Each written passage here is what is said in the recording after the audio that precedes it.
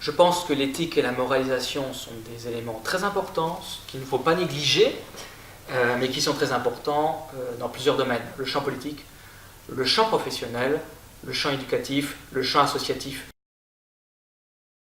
Il est nécessaire d'avoir des règles strictes de moralisation et d'éthique dans l'exercice d'une responsabilité particulière ou d'une profession qui engage envers d'autres personnes. Je pense que c'est absolument essentiel. Maintenant, est-ce que moraliser la vie politique et valoriser l'éthique dans l'exercice politique permettra de renouer plus que la confiance, c'est même un intérêt des citoyens envers le monde politique? Je ne pense pas que ce sera suffisant. C'est un élément important, mais ça n'est pas suffisant. Moi, je pense que pour que les citoyens réadhèrent véritablement à l'exercice politique, il faut qu'ils réadhèrent d'abord à l'exercice civique. C'est d'abord une question civique. Et aujourd'hui, dans le système éducatif, moi je trouve que c'est absolument lamentable, c'est qu'on n'a absolument pas de formation à la vie civique. On arrive, on rentre au lycée, bon, on n'a pas d'expérience particulière du monde civique. Alors oui, on ressort avec son bac, mais on ressort aussi avec sa carte d'électeur à 18 ans. Et à un moment donné, il faut préparer les jeunes.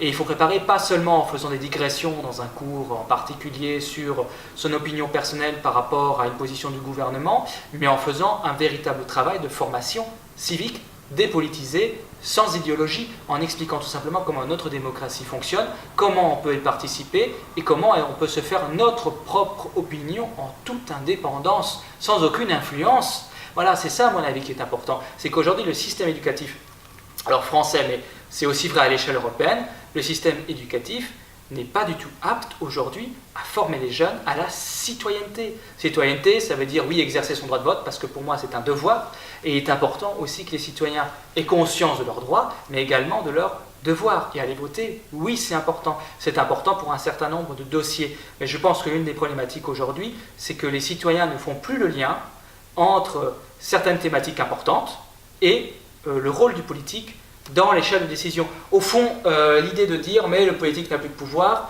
je pense que c'est aussi une manière de renier le manque de connaissance qu'on a finalement du fonctionnement institutionnel et du fonctionnement décisionnaire.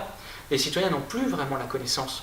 Ils n'ont plus véritablement les éléments pour leur permettre de juger véritablement de la pertinence d'une action, de la pertinence d'une action politique. Ils ne se mettent pas non plus assez en situation. C'est-à-dire qu'ils portent un jugement radical, des fois, en disant « oui, mais tel politique, il vaut rien, oui, mais il m'a déçu, oui, mais c'est pas possible ce qu'il est en train de faire, il fait de graves erreurs, etc. » Oui, d'accord, mais toi, à sa place, qu'est-ce que tu vas faire? Et là, la situation devient tout de suite plus compliquée.